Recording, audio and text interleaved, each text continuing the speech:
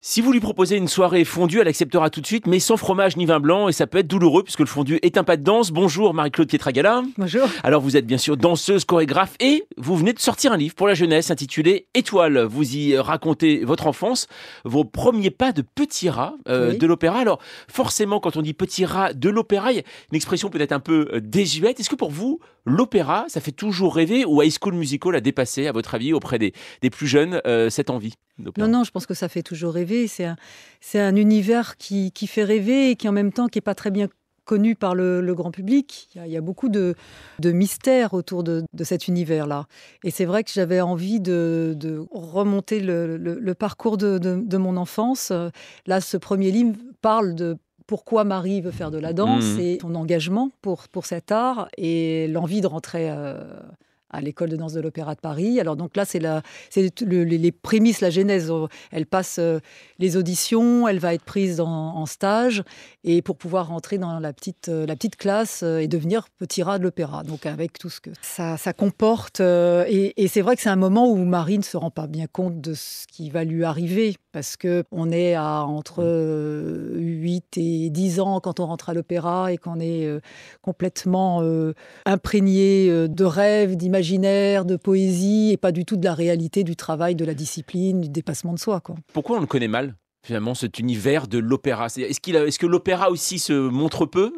Parce qu'on connaît mal les institutions, je pense. Et puis cette institution qui est l'Opéra de Paris fait partie des institutions emblématiques françaises. C'est très codifié aussi, peut-être, non? C'est très codifié, il y a une histoire. Moi, je dis souvent qu'on devient à l'opéra, on vous enseigne à être des danseurs de l'Opéra de Paris. On ne vous enseigne pas à être des danseurs.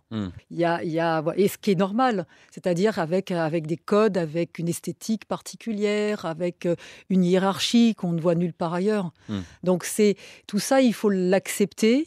Et il faut arriver à se développer, à s'enrichir et à pas se trahir aussi. On voit quand même dans le livre, ça s'adresse donc aux plus jeunes, mais quand même, vous parlez de ces petites filles. Donc en fait, c'est vous, finalement, on peut rester une petite fille quand on essaye d'être un petit rat de l'opéra ou c'est la performance avant tout?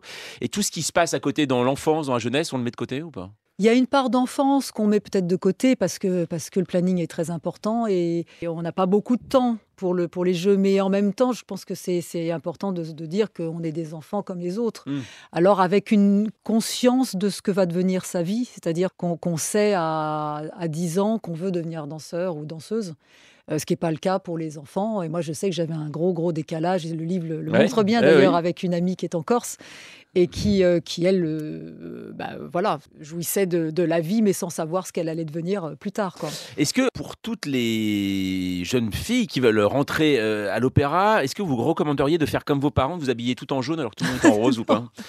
Non, mais c'est vrai que c'est pour prouver que mes parents n'étaient pas du tout dans ce milieu-là et connaissaient pas les codes. C'est vrai que j'étais un peu, pas le vilain petit canard, mais un petit poussin. Voilà, j'étais en jaune, je sais pas pourquoi. J'avais trouvé une tunique jaune, une coiffure qui n'était pas du tout celle qui était requise là-bas. Mais enfin bon, c'est pas très grave. En même temps, la directrice de l'époque, Claude Bessy, qui a d'ailleurs amené énormément qui a complètement révolutionné, modernisé l'école de danse, ne s'arrêtait pas à juste une esthétique différente. On aime les gens différents dans ce genre d'institution ou pas? Où on demande quand même de rentrer. Vous dites, voilà, j'ai pas tellement été dans le moule, mais est-ce qu'on aime un peu la différence? J'ai pas été dans le moule, j'ai pas voulu volontairement cultiver ma différence, mais on est quand même obligé de passer par des codes et par une esthétique particulière.